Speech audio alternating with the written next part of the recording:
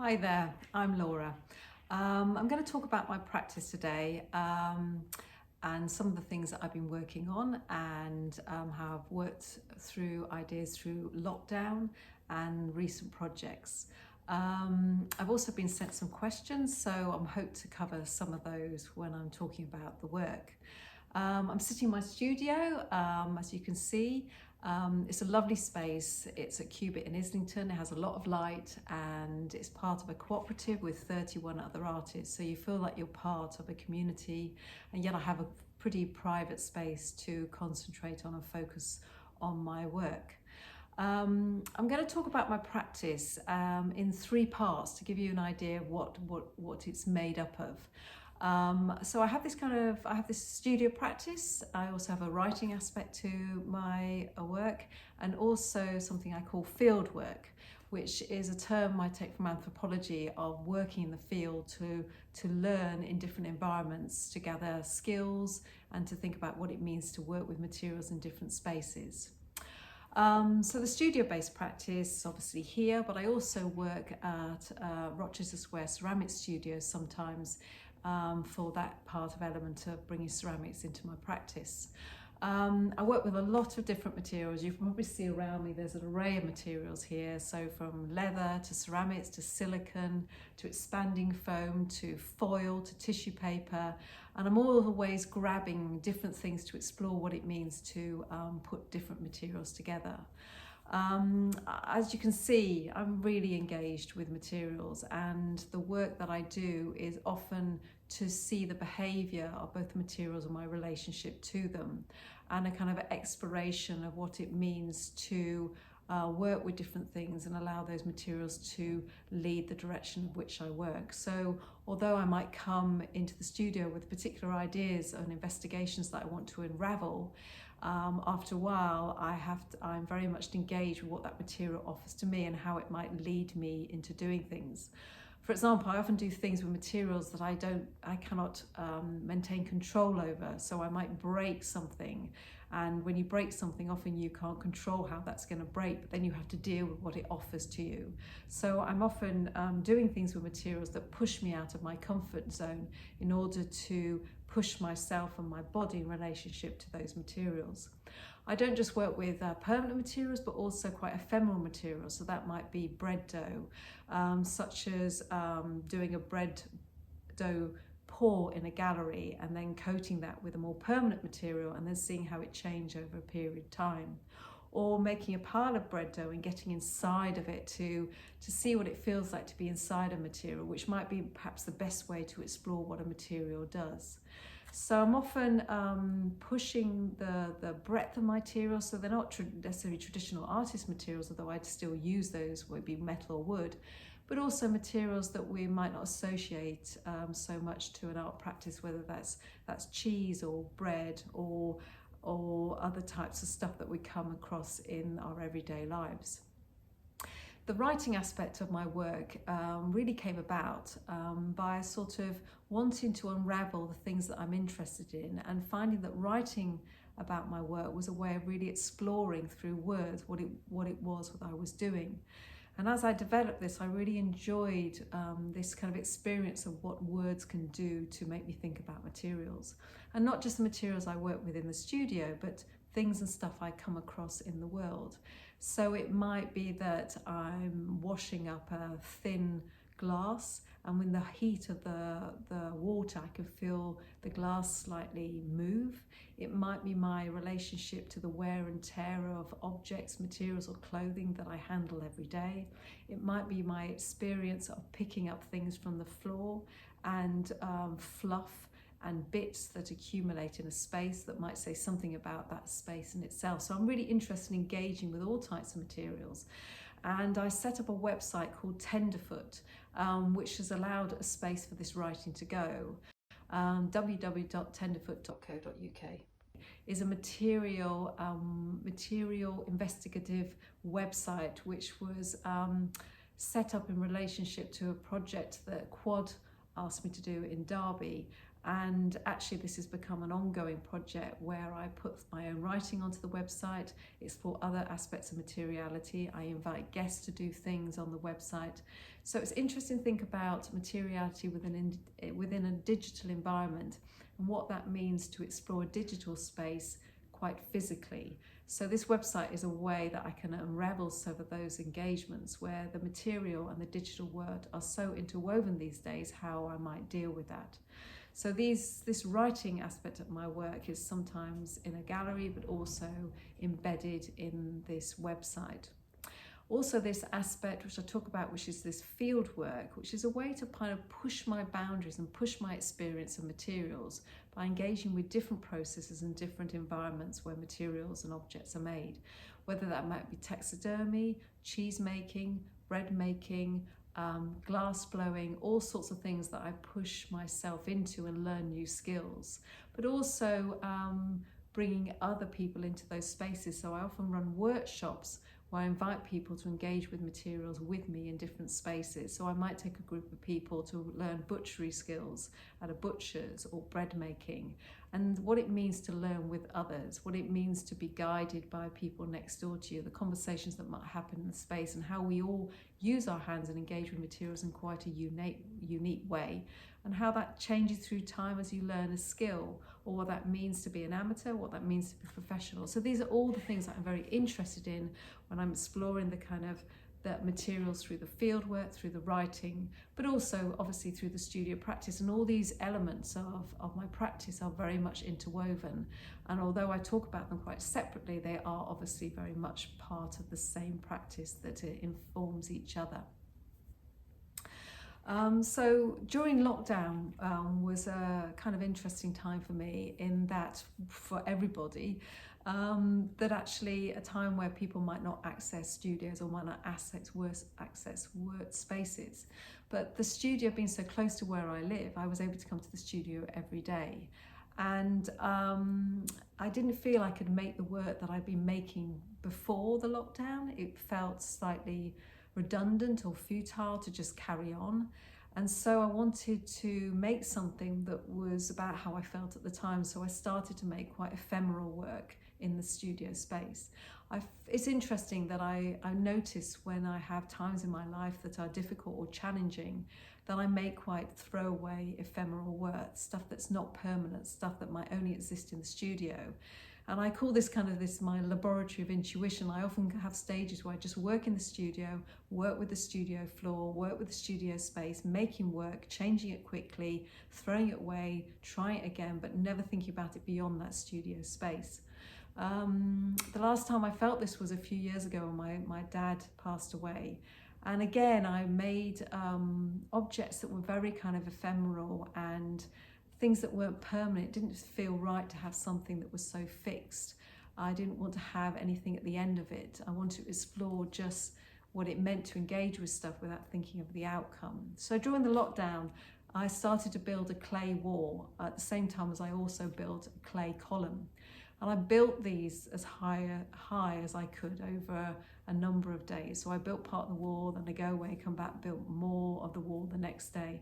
And it gave me this kind of focus around this very difficult time. But also it was interesting to see how the material engaged with me and me on it to kind of build this thing that was getting higher and higher, that I knew would eventually fall down.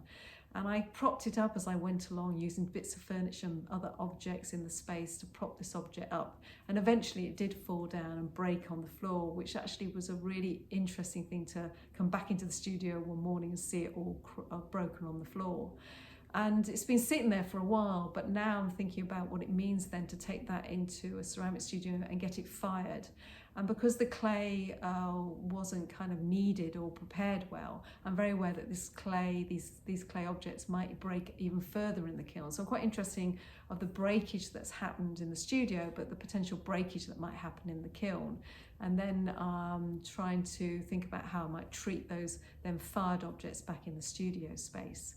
So the lockdown was a kind of interesting time for me, but became a very focused time to make work. Also, I'd been, just before lockdown, I heard that I'd been accepted onto a residency programme at Banff Centre for Arts in Canada, and I'd wanted to go for Banff for many years. So when I was awarded this residency, I was really excited about going. But of course lockdown happened, and the thing has been postponed, and I hope at some point will happen. But I thought, right, I'm just going to use this time in the studio to unravel some of these questions that I'd put for my proposal to be dealing with at Banff.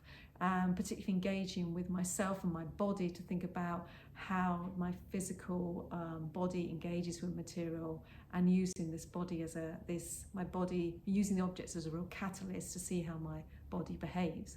So it created quite a focus to kind of engage with some of those ideas during that lockdown time. Some of the other things I did during lockdown was to just use materials and just record them quickly on a video. So I'd, using clay or using other things that I had around me, I explored what it meant to break them. So I had some porcelain objects that I was crushing and breaking, some ceramics that I was pulling apart, but just exploring what my hands do in relationship to those materials. There was sometimes where I was crushing quite hard things. I was aware that my hands were beginning to be cut and bleed through that process, but how my body reacted differently depending on those objects. So these were some of the other things I did through lockdown, was make these kind of short videos, which again was a sort of way of sort of me understanding how I change my body in relationship to things that I'm handling. I'm going to talk about two projects that I've worked on over the last couple of years. The first one being White Mud, which was a commission from Meadow Arts to be part of a show called Precious Clay at the Museum of Royal Worcester. I come from Worcester originally, so I'd already had quite a connection with the porcelain works and knew it quite well. So it's very interesting to engage with it now. From the perspective of not being so close to it, but re-engaging with something that I was quite familiar with from the past. So I looked at the collection quite closely again, and I focused on selecting 8 pieces from the collection, which really highlighted particular styles of Worcester through particular period times. So particular urn shape, which was very specific to Worcester. I picked out a coffee pot that was quite extraordinary. It was like a cartoon coffee pot. It was quite narrow and long. And also things like there's a kind of transgender teapot in the collection. So I picked out some objects which were one, very particular to Worcester, but also quite ones that if you were wandering around as an audience in the collection, you might remember. So taking those objects from the collection, I had them 3D scanned in order to gather the 3D information from these objects. Of course, I wasn't able to touch them. So the 3D scanning was quite interesting to how do you gather a material understanding of an object if you're not able to physically touch it. So once I got those objects, I also then selected some contemporary object equivalents to those objects at the museum. So for example, a contemporary cafetiere, an ornament that I bought off eBay, which was a ceramic French Bull Terrier. So sort of objects that are the contemporary version perhaps of some of those objects that I found in the museum. So taking the 16 objects in all, I then had moulds made from those objects in order that I was able to do porcelain slip casts from them to make my own objects. So once I'd done that and I was able to make these slip casts from the moulds of these objects, I then manipulated the porcelain, I combined objects together, and I started to explore the material porcelain and its physicality and understanding what it's like when it's very wet or just drying, how it cracks, how it tears. I might throw something on the floor and see how it splatters out. I might pull things apart to see how they rip apart. And I combine things together. So you might get moments where you had the object from the museum meets the contemporary object. But of course they're my cast objects. And this became something that was then explored as an installation in the museum over a series of shelves. So it was a really good way to explore the collection, but really to unpack the material of porcelain. What I became very aware of when I was looking around the museum is that you're very aware of the decoration, the colours on the surfaces of these objects. But probably when you look at them, not think about what that porcelain material is. So that's what I wanted to really explore and for the viewer to be engaged with. For example, all my objects were white, and so they were devoid of colour, and so you really got to see how things behaved, opposed of the decoration was on the surface. Also at the same time that I was part of the show, I showed a piece of work called the S Collection in the cathedral, Worcester Cathedral, that came from an installation I did a few years ago, which was part of an exhibition called Synopticon. And these were a combination of objects, ready-made objects that I pulled together into quite ornamental objects, which in response to ideas around chinoiserie. But it's interesting because in the context of the cathedral, they had a very different understanding, and they sort of connected to the ecclesiastical sort of designs within the cathedral. They also are quite funny and rude, some of the things that are happening within the sculptures. And someone did ask the question about humour in the work, and I think there is something quite very playful about this particular piece of work that allows you to giggle inside, and quite a contrast to the atmosphere within the cathedral. Another piece of work that I'd like to talk about, another project, quite a big project I did last year, was a piece called The Clever Girl Painter, which was exhibited at Tintype in London. And this was a piece of work that responded to a collection of wood engraving blocks that I inherited from my grandmother, who was a printmaker. So both with White Mud and this project, they came from a response to existing objects and existing collection. And it's something that I like to do. It's like to respond to something that already exists in the world as a ready-made object, and how to engage that with my objects. And these wood blocks are interesting because I have a number of prints from them that I have from my grandmother's print collection. But actually to engage with the wood blocks was more engaging for me. The fact they're made of wood and they're very solid, and they have a residue of the black ink on the surfaces over the use of them being printed. Where she's carved into the wood, that sometimes the wood isn't touched by the ink at all because it doesn't print onto the paper. So engaging with those blocks, I started to think about how I might make a series of works. And I made a lot of sort of layers of materials that I wanted to react to the kind of very fixed framework of the wood blocks, to make works that would not be fixed. They look like samples of materials, or they look like they could be realigned in different ways. They have a kind of becoming feeling and changeability about them. The wood blocks are very permanent pieces, but they did respond very much to the surfaces of these wood engraving blocks and also the techniques used. So there was a kind of visual connection, but also a kind of contrast and reaction to what those blocks were, and also a kind of personal relationship to them, to being able to handle these objects very closely. So these were kind of quite prominent projects that I dealt with that I was engaged with over the last 2 years. Recently, I've been exploring a number of works which engage with what ceramics might mean to us, and understanding and challenging what a ceramic object for me entails. So I've been combining ceramics with different materials. So recent works, which are a series of works called This Way That It Was, where I've made a series of clay objects, had them fired, and then by breaking up these objects, I'm trying to explore what it means to manipulate hard ceramics as if it was soft clay. And because I coat the ceramics with a rubber material, when I break them, they still kind of hold themselves together. And then I crush them and form them into new shapes, which are then fixed with another type of silicon material. So it's kind of challenging what ceramics does opposed to what clay does, and whether I can manipulate hard ceramics like I might manipulate soft clay. Also combining ceramic objects with other materials. So a piece called Remnant Tear, which is a combination of ceramic fired objects that I've made with paper, and I put the two together because the paper and the objects were very similar visually in their material and their surface, but actually the materials are incredibly different.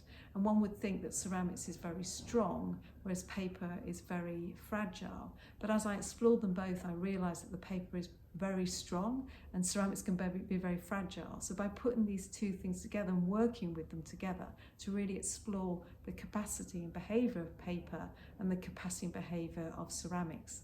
So it has been something I'm quite interested in, what it means to work with ceramics, but use it with other materials and challenge what that material is. And also recently I've been combining silicone with tissue paper and other types of material in the studio, because I'm particularly fascinated at the moment to explore tearing material, breaking material, and also recently this idea of what it means to join things, the joins in materials, and what those joins might reveal about the stuff that they're joining together. So yes, you can see a very material engaged practice where I'm always drawing from my environment, the studio, and grabbing new things to see what I can do with them. So it's kind of important in the studio that I surround myself with a lot of stuff. And someone did ask me if I was a kind of hoarder, but I do have a lot of materials in the studio which to draw from, because it's really important that I can access stuff that's around me. But I'm not necessarily a hoarder, because I'm very happy to throw things away. And in my home space, I'm very tidy and like to get rid of stuff that's not being used. Obviously I have a nostalgia for certain objects, but for other objects I can let them go. They're materials, they can be replaced. So yeah, anyway, I hope that's giving you a bit of insight to my practice. Okay.